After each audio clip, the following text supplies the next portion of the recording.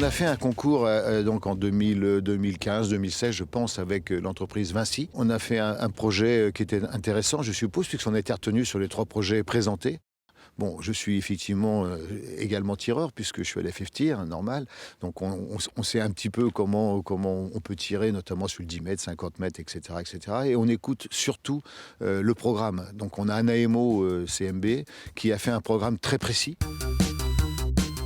Autour de cet axe principal qui est le tir, on a toutes les pièces autour qui sont les vestiaires, les chambres d'appel et les sanitaires, et les gradins.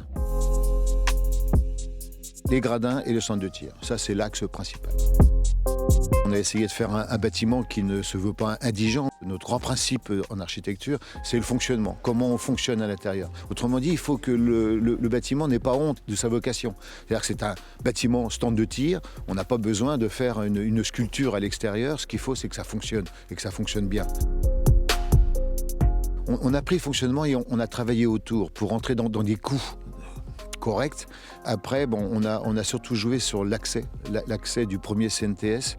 Donc c'est cette résie qui appelle, puisque c'est en face au parking, et on appelle l'entrée de manière à ce que se fasse un seul et même ensemble. Pas 2 bâtiments côte à côte, mais le même bâtiment. Belle référence pour l'agence, évidemment. J'en suis même très fier. Et Châteauroux-Orléans, on est à 1 heure de route, enfin 1h30 de route, donc pour nous c'est relativement près. C'est une référence nationale, voire internationale.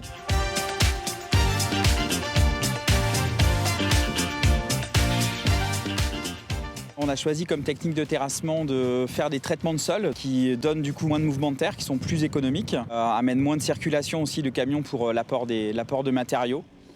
On est en train de réaliser aujourd'hui, de finir donc toute la partie réseau du chantier, l'évacuation donc des eaux pluviales qui sont donc récoltées et tamponnées donc dans un bassin qui se situe derrière le bâtiment pour ne pas engorger en fait en cas de pluie les réseaux de la ville, donc les exutoires définitifs. On va enchaîner en fait ensuite sur la partie voirie, donc par la réalisation donc, du parking, puisqu'on a aussi donc, un parking devant le site du stand final pour étendre donc, le parking déjà existant, donc, qui sera aussi fait donc, en matériaux permettant d'absorber en fait, les eaux de pluie. Donc les points forts de Rovia étaient de travailler donc conjointement avec Sogea sur ce dossier pour, une fois l'AVP fait, de pouvoir travailler techniquement dessus et pouvoir proposer en fait, des variantes qui soient donc, écologiques mais aussi économiques pour le client pour pouvoir mener à bien ce projet.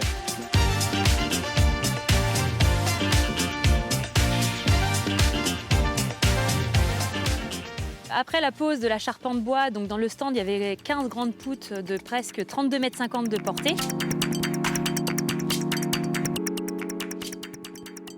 Nous avons procédé à la mesure d'eau du bâtiment. Donc on a mis en place le complexe de couverture qui fait aussi bien l'isolation thermique qu'acoustique du bâtiment. Là, on est en train de démarrer tout ce qui est corps d'état architecturaux, donc la plâtrerie, les complexes isolants acoustiques intérieurs. Et bientôt, nous démarrerons le carrelage et les préparations de peinture.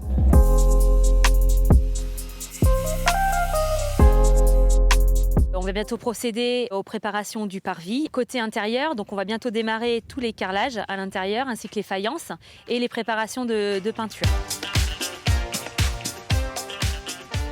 On est vraiment impatient de voir ce stand final construit et on a vraiment hâte d'y être. J'ai hâte que la construction soit finie pour pouvoir tirer à ce stand final.